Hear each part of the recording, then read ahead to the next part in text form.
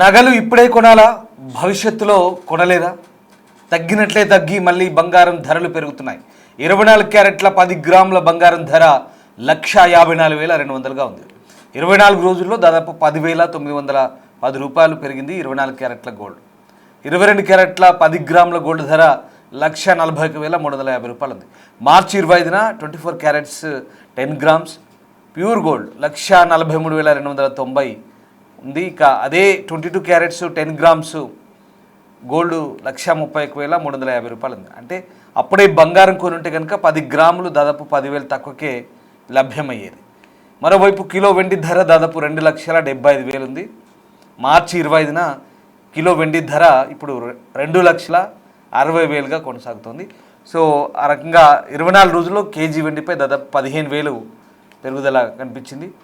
So ఈ బంగారం అలాగే వెండికి సంబంధించినటువంటి హెచ్చుతగ్గుల విషయంలో ఇక్కడ జియోపొలిటికల్ ఇష్యూస్ లేదా ఆర్థికపరమైన అంశాలు అనేకంగా ప్రభావం చూపిస్తున్నాయి. సో ఇప్పుడున్నటువంటి పరిస్థితుల్లో బంగారం అలాగే వెండికి సంబంధించి అనేక ఆసక్తికర అంశాలు అయితే ఉన్నాయి. బంగారం ధరలు ఎగబాకిన తర్వాత ఇప్పుడు కొంత శాంతించబోతున్నాయా? ఇప్పుడు కొనాలా లేక వేచి చూడాలా? పెట్టుబడిదారుల మనసులో ఈ సందేహం అయితే ఉంది. తాజా నివేదికలు చూస్తే గోల్డ్ మార్కెట్ ఇప్పుడు ఒక కీలక దశలో ఉందని బ్రోకరేజ్ సంస్థ జెఫ్రిన్ చెప్తున్న దాని ప్రకారం బలమైన పెరుగుదల తర్వాత గోల్డ్ డిమాండ్ వేగం తగ్గుతున్నట్టుగా, అంటే ధరలు ఇకపై స్థిరంగా ఉండొచ్చు లేదా ఒక పరిధిలో కదలొచ్చు అని చెప్తున్నారు. సో గత సంవత్సరం చివరిలో ఈ సంవత్సరం ప్రారంభంలో ఇండియా, చైనా, యుఎస్ మార్కెట్లో రిటైల్ కొనుగోలు ఎక్కువ జరిగాయి. సో ఇప్పుడు ఆ వేగం తగ్గుతున్నట్టుగా చెప్తున్నారు. సో అయితే భిన్నమైనటువంటి వాదనలు ఇక్కడ కనిపిస్తున్నాయి మార్కెట్లో. సో బంగారం ధరలకు సంబంధించి ప్రపంచవ్యాప్తంగా ఆర్థిక అనిశ్చితి, ద్రవ్యోల్బణం, వడ్డీ రేట్ల మార్పులు, అలాగే భౌగోళిక ఉద్రిక్తతల వంటి అంశాల ప్రభావంతో బంగారం ధరలు మరోసారి చర్చనీయాంశంగా మారుతున్నాయి. సురక్షిత పెట్టుబడిగా గుర్తింపు పొందినటువంటి గోల్డ్పై పెట్టుబడిదారులు ఆసక్తి చూపుతున్నారు. సో ప్రస్తుతం బంగారం, వెండి ధరలు మరి ఏ రకంగా ఉండబోతున్నాయో మాట్లాడదాం. మార్కెట్ ఎక్స్పర్ట్ అనలిస్టు ప్రభు మనతో జాయిన్ అవుతున్నారు. నమస్తే అండి ప్రభు గారు. ఈ బంగారం, వెండి ధరలకు సంబంధించి ఇంకా ఈ అనిశ్చితి ఉందా? అంటే ఇప్పుడు కొనుగోలుదారులకు సంబంధించి, అంటే పెట్టుబడిదారుల విషయం కాస్త పక్కన పెడదాం, కొనుగోలుదారులకు సంబంధించి ఇప్పుడు కొనాలా లేదా ముందే కొనుంటే బాగుండేదనే అభిప్రాయం అయితే ఉండే, బట్ అది దట్స్ ఫాస్ట్ అండి, వదిలేండి. ఇప్పుడు కొనాలా లేదంటే ఫ్యూచర్లో కొనాలా, వేచి చూడాలా, ఏంటి సిచ్యువేషన్? అక్షయ తృతీయ ఉంది కదా, 19th ఉంది. సో 19th కొంచెం డిమాండ్ మామూలుగా సెంటిమెంట్ కదా, ఈ మార్వాడీస్ అందరూ కలిసి దాన్ని కొంచెం రగిల్చారు. దాన్ని గోల్డ్ కొంటే మా సంవత్సరం అంతా లాభాలు వస్తాయి అన్నట్టు. అవును. సో దాని అనుగుణంగా ఏదో కొంచెం కొంటారు కానీ పెద్ద ఇదివరకు మనకి ఇప్పుడు బ్రోకింగ్ లో ఇప్పుడు మేము కూడా అమ్మేశాం, ఇదివరకు గోల్డ్ అమ్మాము.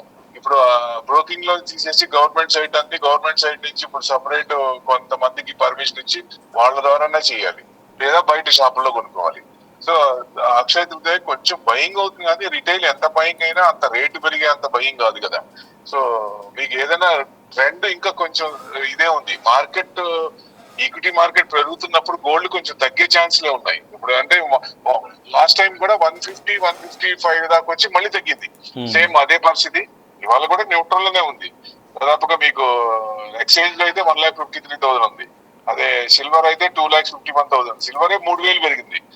గోల్డ్ అయితే 150 రూపాయలు మైనస్ ఉంది అంతే. అంటే ఈ అక్షయ తృతీయ తర్వాత కొంచెం తగ్గే ఛాన్స్లే ఉంటాయి. ఈ గోల్డ్ కొంచెం తగ్గే ఛాన్స్లే ఎక్కువ ఉన్నాయి. ఓకే, అంటే ఇక్కడ మనకు జియో పొలిటికల్ టెన్షన్స్ ఏదైనప్పుడు ఉండి వార్ సెటిల్ అవుతుందని అందరు ఎక్స్పెక్ట్ చేస్తున్నారు. అవును. సో అప్పుడు ఏమవుతుంది, అసెట్ క్లాస్ ఈక్విటీ పెరుగుతుంది కాబట్టి అప్పుడు గోల్డ్ తగ్గే ఛాన్స్. అందుకే ట్రెండింగ్ కొంచెం డౌన్ ఉంది అంటానికి కారణం అది. 2 వారాల నుంచి ఈక్విటీ మార్కెట్ పెరుగుతోంది. నెక్స్ట్ వీక్ కూడా ప్లస్ ఏ ఉండొచ్చు అనేది ఎక్స్పెక్టేషన్. బట్ ఇప్పుడు సార్ ఈ వెండి మీద ఎందుకు అంత ఇంట్రెస్ట్ పెడుతున్నారు? వెండి మరి బంగారం ఎట్లా ఉన్నా బంగారం నీడలో వెండి కూడా ఇప్పుడు మెరిసిపోతున్నట్టుగా అనిపిస్తుంది. అంటే అది స్టేబుల్గా మంచి సురక్షితమైన పెట్టుబడి సాధనంగానే ఇంకా పరిగణిస్తున్నట్టుగా మనకు అర్థమవుతుంది. వెండి పెరగవచ్చా ఇంకా? వెండి మన ఎక్స్చేంజ్ లో 4,10,000 అండి. అది మళ్ళీ చిన్నగా ఇండస్ట్రియల్ యూసేజ్ లో ఏం తేడా లేదు. సో డెఫినెట్ గా మళ్ళీ కన్సంప్షన్ పెరుగుతూనే ఉంది. కొత్త కంపెనీస్ వచ్చినప్పుడు యూసేజ్ ఉంటుంది కాబట్టి సో దానికి సిల్వర్ కి ఆల్టర్నేట్ ఏదన్నా వచ్చి దీని బదులు ఇది వాడచ్చు అనేది ఏదైనా రేట్ తక్కువ ఉంది ఏదైనా చెప్తే అలాంటిది ఏదైనా ఓకే, అప్పుడు ఏమైనా తగ్గచ్చు. కానీ అప్పుడు దాకా సిల్వర్ లో డిమాండ్ తగ్గే ఛాన్స్ లేదు. కాకపోతే మనం ఎక్స్పెక్ట్ చేసినట్టు లాస్ట్ ఇయర్ పెరిగినట్టు దగ్గర ఆ టైప్ లో ఏం పెరగదు. అంటే ఇది ఇక్కడ మనకు పారిశ్రామికంగా బాగా వాడుతున్నారు.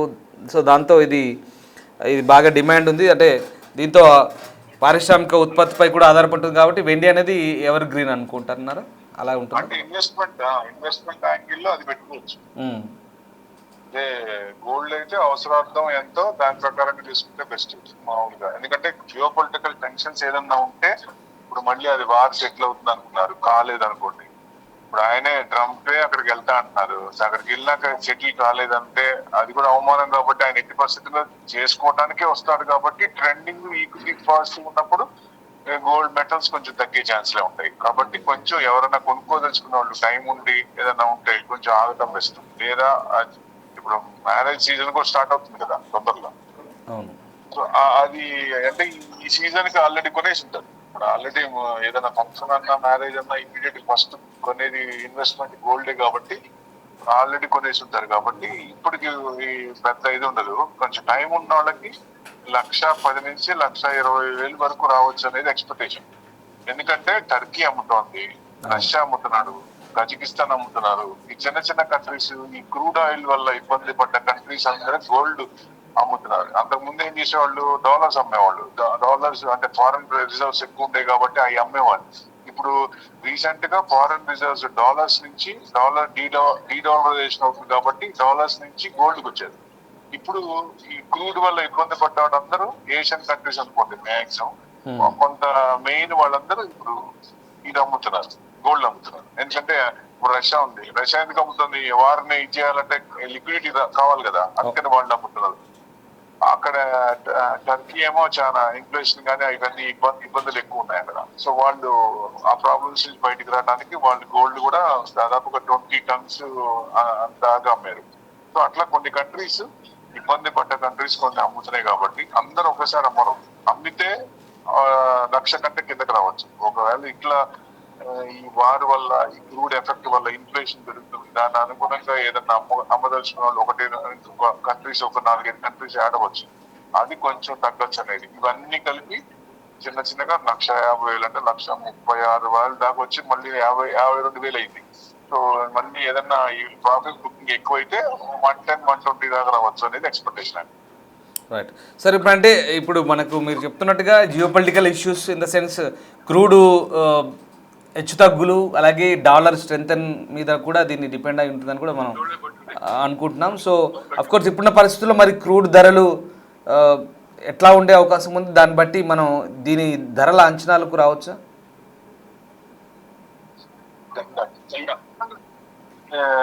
అంటే వార్ సెటిల్ అయిపోతే క్రూడ్ పడిపోద్ది కదా. ఇప్పుడు ఆ స్ట్రైట్ ఆఫ్ హార్మూజ్ ఓపెన్ అయితే క్రూడ్ పడిపోద్ది, డ్యామేజ్ పడిపోద్ది. అప్పుడు మనకి అన్ని సెట్ అయిపోద్ది. మనకి ఏషియన్ కంట్రీస్ మెయిన్ క్రూడే కాబట్టి అది కూడా ఓపెన్ చేస్తా ఉంటున్నారు కాబట్టి అది కూడా సెటిల్ అవుతుంది. ఎందుకంటే వారితో పాటు స్ట్రైట్ ఆఫ్ హార్మూజ్ కూడా ఓపెన్ చేయాలి. ముందు కొంచెం ఓపెన్ చేయము అంటే బ్లాకేట్ చేస్తాను, యుఎస్ వాళ్ళు ట్రంప్ కూడా నేను బ్లాకేట్ చేస్తాను అటు నుంచి అంటే ఒకవైపు నుంచి ఒకళ్ళు అట్లా అంటే హీటెడ్ ఆర్గ్యుమెంట్ జరిగింది. కానీ ఇప్పుడు అదే మొత్తం సప్రెస్ అవుతుంది. సో ఓపెన్ చేస్తామన్నారు, ఇంకా ఓపెన్ చేయలేదు. అతి తొందరలోనే అది కూడా ఓపెన్ చేస్తారు. సో మనకి ఇంకా ఈ నెల కూడా కంటిన్యూ అయింది అనుకోండి, అప్పుడు ఎనర్జీ క్రైసిస్ భయంకరంగా వచ్చే ఛాన్స్ ఉంటుంది. క్రూడ్, పెట్రోల్, డీజిల్ మనకి పెంచలేదు. ఓ రకంగా చూస్తే మనకి ఎలక్షన్స్ కాబట్టి పెంచలేదేమో, ఎలక్షన్స్ తర్వాత పెంచచ్చు. అన్ని కంట్రీస్ పెంచినాయి క్రూడ్. ఏషియన్ కంట్రీస్ మాక్సిమం అన్ని కంట్రీస్ పెంచినాయి క్రూడ్ మీద. క్రూడ్ ఎఫెక్ట్ తో పెట్రోల్, డీజిల్ పెంచినాయి. మనం ఎందుకు పెంచలేదంటే మన ఎలక్షన్స్ పెంచలేదు, తర్వాత పెంచే అవకాశాలు ఉన్నాయి. సో ఈ లోపల సెట్ అయితే అది దిగిపోయే ఛాన్స్లే ఉంటుంది 80%. మనకి 60 to 80 ఉంటే ఏం ఎఫెక్ట్ ఉండదు, అంటే కరెంట్ అకౌంట్ డెఫిసిట్ మీద ఎఫెక్ట్ పడదు. అదే 100 ఉన్నా కొంచెం ఇబ్బంది, 100 అబౌవ్ ఉంటే బాగా ఇబ్బంది పడాల్సి వస్తుంది. మనకు 100 బిలోనే ఉన్నాం, 95 ఉన్నాం ఇప్పుడు, $95 ఇంటర్నేషనల్. Right sir. అంటే ఇప్పుడు మీరు చెప్తున్నట్టుగా ఇప్పుడు ఈ అక్షయ తృతీయకు సంబంధించి ఏదైతే ఈ మార్కెట్లో కొంత హైప్ క్రియేట్ అవుతుంది కాబట్టి దానివల్ల కొంత ఈ పెరుగుదల అనేది నమోదవుతుందా ఈ మెటల్స్ నుంచి? రిటైల్ పర్సెంటేజ్ అంత రాదు కదా, కొంచెం ట్రెండింగ్. ఇవాళ చూడండి న్యూట్రల్ ఉంది, పర్లేదు. మామూలుగా అయితే తగ్గాలి కదా కొంచెం. అది అది పెరిగినట్టు 3,000 4,000 పెరిగినట్టు గోల్డ్ కూడా అట్లా 1,500 2,000 తగ్గాలి కదా. తగ్గట్లేదంటే బికాస్ ఆ బయింగ్ కొంత ఉంది కాబట్టి న్యూట్రల్ కన్సాలిడేషన్ మోడ్ లోనే పోవచ్చు. వాళ్ళు అమ్ముతున్నప్పుడు మొదలు పెట్టినప్పుడు డౌన్ సైడ్ వచ్చే అవకాశాలు ఉన్నాయి. రైట్. అలాగే ఈ అక్షయ తృతీయకు సంబంధించి బంగారం వెండి దిగుమతులకు కేంద్రం కూడా గ్రీన్ సిగ్నల్ ఇచ్చింది, 15 బ్యాంకులకు లైసెన్స్ కూడా ఇచ్చింది అంటున్నారు. సో మార్కెట్లో దీని ఇంపాక్ట్ లైక్ ఎట్లా ఉండే అవకాశం ఉంది ధరలపై ఏమైనా? అంటే ఆ ఎఫెక్ట్ కొంచెం ఉంటుంది. 15 బ్యాంక్స్ ఇచ్చింది, axis bank, ICICI bank, HDFC bank ఇట్లాంటివన్నీ ఉన్నాయి కదా. 15 బ్యాంకులకి ఇచ్చింది. వాళ్ళు కూడా ఇంపోర్ట్ చేసుకోవడానికి అవకాశం ఉంది. సో దాని అనుగుణంగా అంటే ఆర్బీఐ పర్మిషన్ తోనే చేయాలి. ఇండివిజువల్ గా వాళ్ళు ఇష్టం వచ్చినట్టు కొనలేరు కదా. సో విత్ చేస్తుంది కాబట్టి స్టెప్ బై స్టెప్ ఉంటుంది కాబట్టి ఒకేసారి వాళ్ళు 10 టన్స్ 20 టన్స్ 100 టన్స్ కొంటారు కదా. డెఫినెట్ గా అంత ఇది కాకపోవచ్చు. బ్యాంకులన్నీ కూడా స్టెప్ బై స్టెప్ వాళ్ళకున్న వనరులు ఆర్బీఐకి పే చేయాల్సిన కొన్ని ఉంటాయి కదా, రిటర్న్ పే చేయాల్సిన క్యాష్ డిపాజిట్స్ సిఆర్ఆర్ కానీ ఉంటాయి కదా, ఆ అమౌంట్ ని ఇటు డైవర్ట్ చేస్తారు. వాళ్ళు చేసి గోల్డ్ ఇన్వెస్ట్మెంట్ చేస్తారు. అది ఆర్బీఐకి పంపిస్తారు అప్పుడు. సో ఫైనల్లీ అంటే ఇప్పుడు ఒక చిన్న క్లారిటీ అండి, ఓవరాల్గా ఇప్పుడు ఎలాంటి గందరగోళం లేకుండా అవసరాన్ని బట్టి ఎంతో కొంత కొనుక్కోవచ్చా? అంటే ఇంకా ఫ్యూచర్లో పెరుగుతుందనే భయం వెంటాడితే కనుక దాన్ని ఇప్పుడు మన అవసరాన్ని బట్టి తీసుకోవచ్చా లేదా ఆగి తీసుకోవచ్చా? దీన్ని ఎట్లా అబ్జర్వ్ చేయాలి మనం ఇదంతా? ఇప్పుడు ఎవరన్నా కొనుక్కోదలుచుకుంటే టైం ఉంది, ఆరాంగా వాడుకోవడానికి అన్నప్పుడు అర్జెన్సీ కాకుండా మామూలు ఈజర్ ఉంది అనుకున్నప్పుడు కొంచెం ఆగితే బెస్ట్. లేదు ఇంకా ఫంక్షన్ ఉంది కొనాలంటే మీరు 150 కాదు, 2 లక్షలు కాదు, 3 లక్షలు కాదు, 4 లక్షలు ఉన్నా కొనాల్సిందే కదా. అంతే. సో ఇప్పుడు కొంచెం మామూలుగా టైం ఉంది, లీజర్ ఉంది, కొంచెం ఉన్నప్పుడు ఎవరైనా కొంచెం ఆగటం బెస్ట్. కొంచెం దిగి వస్తుందండి guarantee. Right. Thank you very much Prabhu garu, thanks for joining with us.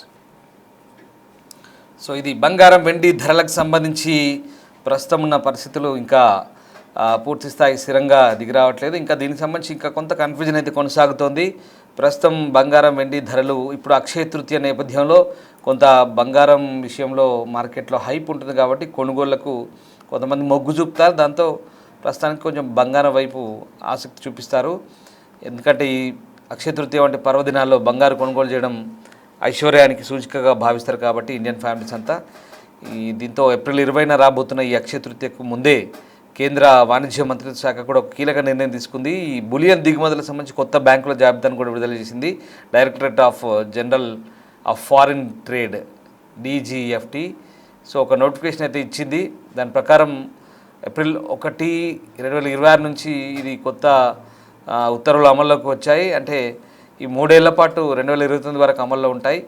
So ఆ రకంగా ప్రస్తుతం బంగారం దిగుమతిలో జాప్యం జరుగుతున్న ఆందోళన ప్రస్తుతం వ్యాపారులు వెంటాడుతున్న నేపథ్యంలో ఈ సీజన్లో కొరత రాకుండా ముందస్తు చర్యలు అనుకోవాలి. ఇవి రిటైల్ అమ్మకాల్లో దాదాపు 15-20% పైగా వాటాను కలిగి ఉన్న నేపథ్యంలో ఈ ఆందోళనకు సంబంధించి ప్రభుత్వం అయితే ఆలోచించి ప్రస్తుతం కొన్ని బ్యాంకులకు అనుమతి ఇచ్చింది బంగారం దిగుమతికి.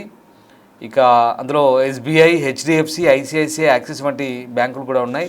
అలాగే Deutsche Bank, Federal Bank, Kotak Mahindra వంటి ప్రైవేట్ సంస్థలు కూడా ఉన్నాయి. కేవలం బంగారాన్ని మాత్రమే దిగుమతి చేసుకోవడానికి యూనియన్ బ్యాంక్ ఆఫ్ ఇండియా, అలాగే ఇంకా కొన్ని SBER బ్యాంకులకు ప్రత్యేక అనుమతులు అయితే లభించాయి. సో ఈ బ్యాంకుల ద్వారా విదేశాల నుంచి భారీగా పసిడి దిగుమతి అయ్యే అవకాశం కనిపిస్తుంది. సో ఆ రకంగా కొన్ని బ్యాంకులు అయితే ప్రస్తుతం ఈ బ్యాంకులు దిగుమతి చేసుకోవడానికి లిస్ట్ అయితే ఇచ్చారు. Axis Bank, Bank of India, అలాగే డ్యూష్ బ్యాంక్, ఇంకా Federal Bank Limited, HDFC Bank Limited, అలాగే Industrial and Commercial Bank of China Limited, అలాగే ICICI Bank, IndusInd Bank, Indian Overseas, Kotak Mahindra, Karur Vysya, Punjab National Bank, RBL, తర్వాత State Bank of India, Yes Bank, ఇట్లాంటి అన్నిటికీ కూడా ప్రస్తుతం ఈ బంగారం దిగుమతికి కొత్త నిబంధనలు అయితే వచ్చాయి. సో ప్రస్తుతం మార్కెట్లో బంగారం ధరలు స్వల్పంగా తగ్గుముఖం పట్టడం, అదే టైంలో కేంద్రం దిగుమతులకు అనుమతులు ఇవ్వడంతో కొనుగోలుదారులకు ఒక అవకాశం అయితే ఉంది. సో గత వారం బంగారం ధరలు గరిష్ట స్థాయిలో ఉండడంతో రిటైల్ అమ్మకాలు కొంత మందకోడి సాగినా ఇప్పుడు సరఫరా పెరగనుండడంతో అక్షయ తృతీయ నాటికి మార్కెట్ అయితే కలకలాడే అవకాశం ఉందని నిపుణులు అంటున్నారు. సో అక్షయ తృతీయకు ముందే ప్రభుత్వం తీసుకున్న నిర్ణయం కూడా అటు బులియన్ వ్యాపారులకు, పసిడి ప్రేమికులకు ఊరటనిచ్చిందని చెప్తున్నారు. సో చూడాలి మరి ఇప్పుడు ఉన్నటువంటి పరిస్థితిలో మరి బంగారం వెండి ధరలో ఎక్స్పర్ట్స్ చెప్తుంది ఏంటంటే ఇంకా వేచి చూడండి, నష్టమేం లేదు. అత్యంత అవసరమైతే ఖచ్చితంగా ఫంక్షన్స్ కావాలంటే కొనుక్కోండి, తప్పదనుకుంటే తప్పదు, ఇంకా కొనుక్కోవాల్సిందే. లేదంటే వెయిట్ అండ్ సీ, జాగ్రత్తగా అబ్జర్వ్ చేస్తూ కొనుక్కోండి. కాకపోతే పెద్ద మొత్తంలో కాకుండా ఎంతో కొంత అవసరాన్ని బట్టి కొనుక్కోండి. తర్వాత ఇప్పుడు ఇదంతా కూడా ప్రతిసారి చెప్పేది ఇదే, మీ అవసరాలను బట్టి మార్కెట్ని అబ్జర్వ్ చేస్తూ తీసుకోండి. బట్ పెద్ద మొత్తంలో ఎప్పుడు తీసుకోకండి. ఎప్పుడు మార్కెట్ ఎలా ఉంటుందో అర్థం కాని పరిస్థితి, చాలా కన్ఫ్యూజన్గా ఉంది జియో పొలిటికల్ ఇష్యూస్ వల్ల. సో అది పరిస్థితి. సో ఇవన్నీ కూడా మేము చెప్తున్న ఈ సమాచారం అంతా కూడా ప్రస్తుతం మార్కెట్లో ఉన్న ట్రెండ్ను బట్టి మీకు సమాచారం అందిస్తున్నాం. సో మీకు వ్యూవర్స్ అడ్వైస్ చెప్తున్నాం ఏంటంటే, ఫైనల్లీ మీ విచక్షణ ఆధారంగా మీరు ఎక్స్పర్ట్స్ని లేదా మీకు తెలిసిన వాళ్ళని సలహా తీసుకొని కొనండి. That's your own risk. ఇక్కడ మేము అదే చెప్తున్నాం ప్రతిసారి కూడా, మీ ఓన్ రిస్క్ పెట్టుబడి లేదా కొనుగోలు అనేది అది మీ విచక్షణ బట్టి ఆధారపడి ఉంటుంది. మేము లేదా ఇతర వార్తా సంస్థలో, పేపర్లో లేదా ఛానల్లో చెప్పే అంశాల వారీగా మీరు ఖచ్చితమైన నిర్ధారణకైతే రావాల్సింది కాదు. బట్ మార్కెట్ను అంచనా వేస్తూ మీకు తెలిసిన వ్యక్తులు లేదా ఎక్స్పర్ట్స్ను వాళ్ళ సలహా తీసుకొని మీ అవసరాన్ని బట్టి మీ విచక్షణ ఎట్లా చెప్తే అట్లా దాన్ని బట్టి మీరు కొనుగోలు చేసుకోండి. Thank you very much.